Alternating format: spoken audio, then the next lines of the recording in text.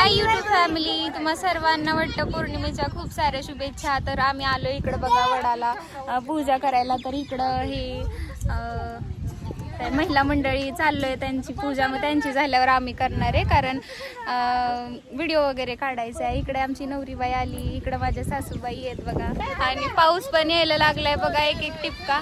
आणि हे बघा, हे असं आम्ही आवरलेलं आहे. आणि आरू बघा कसा पळतोय.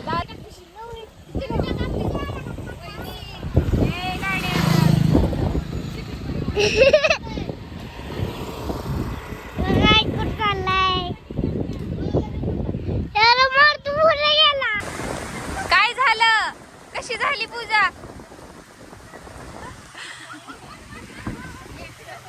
बायका बघा कशा पावसाचा आनंद घेतात बघा.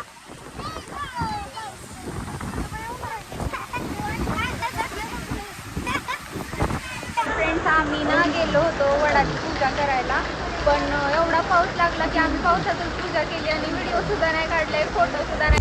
एवढा आवरलेला काय फुल आमचा पावसाने मस्त गेलेला आहे. पण जाऊ द्या, यावर्षी काहीतरी वेगळं झालं, म्हणजे पावसात वटपौर्णिमा साजरी केली आम्ही. आणि आता एक दोन हे फोटो काढतात आहेत माझे.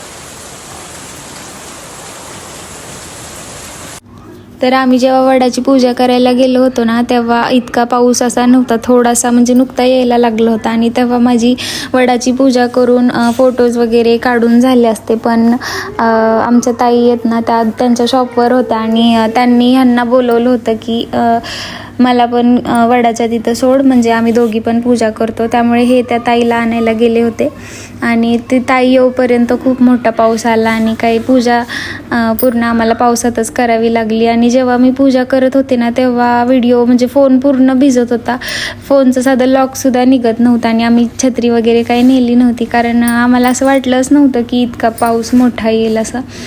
आणि फोनला असं पावसामुळे टच पण होत नव्हता आणि त्यामुळे काही व्हिडिओ वगैरे काढले नाहीत. आणि घरी आल्यावर मग म्हटलं इतकं छान लुक केलं आहे, पावसात भिजताना काय होईना, ऑलरेडी भिजलोच होतो, तर भिजतानाचेच व्हिडिओ घेऊया.